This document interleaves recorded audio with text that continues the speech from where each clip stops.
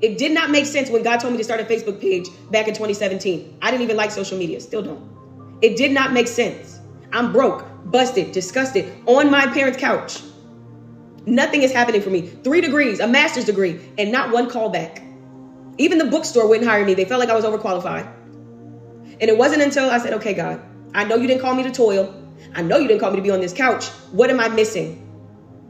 And God says, start a Facebook page. I heard it clear as day. I was on a fast. And I'm like, nah, that don't make no sense. I said, start a Facebook page.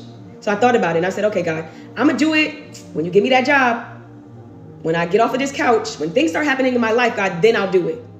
And God said to me straight up, I didn't ask you for a yes with conditions. I need a yes. Not yes when, yes if, yes.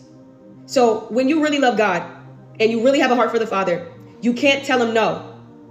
When you really love God and you have a heart for him, you cannot tell him no.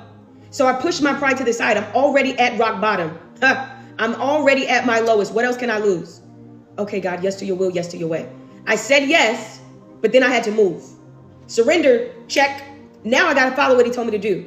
So now I got to go in Canva, create a little profile image. The image said, I need a word. Very simple, very basic, look very ghetto, but I followed what God was telling me to do. And then I was like, okay, I got to make a banner. I think it said like inspiration for Christians or uplift things for Christians, something like that. Then I go on YouTube and I find some really, really good sermons and I take a little clip of them. This is before people were posting clips of sermons, even before the pastors were doing it. And I uploaded maybe 3 or 4 on the page. That night, 10,000 followers. Now, where they came from, only heaven knows. I had no connections. I didn't know anybody in the church world. Didn't really understand all the stuff that go on in that arena. That night, 10,000 followers. Day 9, 100,000 followers. Somebody reached out and was like, yo, the Lord told me to give you a logo. I'm like, logo? That means this is going to be a business. So I took the logo. Now I got to take that profile picture down, right? Now I got a logo.